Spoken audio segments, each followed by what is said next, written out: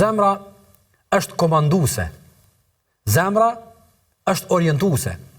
Dhe zemra është ajo e cila ndikon në rrugtimin e njeriut, në të folurit e tij, në ndëgjimin e tij, në veprimin e tij, në të jashtmen e tij dhe në çdo gjë tjetër.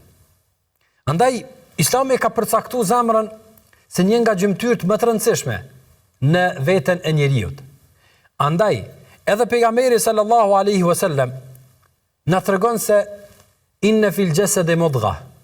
Në trupin e njeriut, ka thënë pejgamberi është një pjesë, është një copë, e cila idha saluhat, po rregullua, po përmisua, po që e shëndosh, po që e ushqyer si duhet, po që e orientuar si duhet, saluha el jasadu kullu.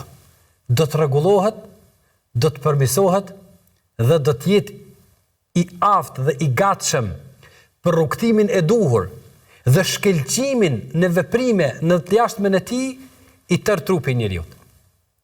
Dhe i dhe fesadet, po u sëmu kjo zemër, po u dëmtu kjo zemër, po nuk që e ushqyer si duhet, po nuk që e formuar si duhet, sigurisht se të gjitha pjesët të cilat zemra i komandon, zemra i udhëheq, zemra i drejton, do të jenë të prishura dhe nuk do të jenë në funksionin e duhur. Andaj zemra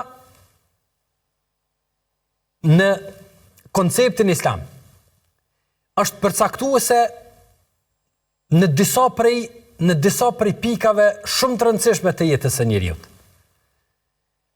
Ne dim se madje edhe në popull, edhe tek njerëzit është e njohur fjala që zemra është me rëndësi me kanë mirë.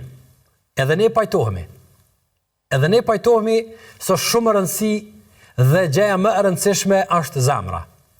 Mirë po, në kuptimin e asaj që njerëzit e kuptojmë se si duhet të jetë kjo zemër, çka nën kupton zemra shëndosh, çka nën kupton zemra e gjallë, çka nën kupton zemra e orientuar dhe e përcaktuar si duhet, dallon shumë nga koncepti dhe nga trajtimi që ja kanë bërë mësimet e fesë dhe dallon shumë nga koncepti dhe trajtimi që ja kanë bërë të tjerët.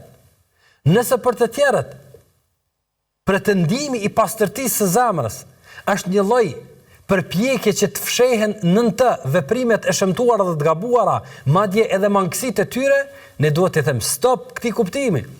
Duhet ta ndreqim dhe duhet ta rregullojmë, sepse është e kundërta ajo që e sill kuptimi i fesë.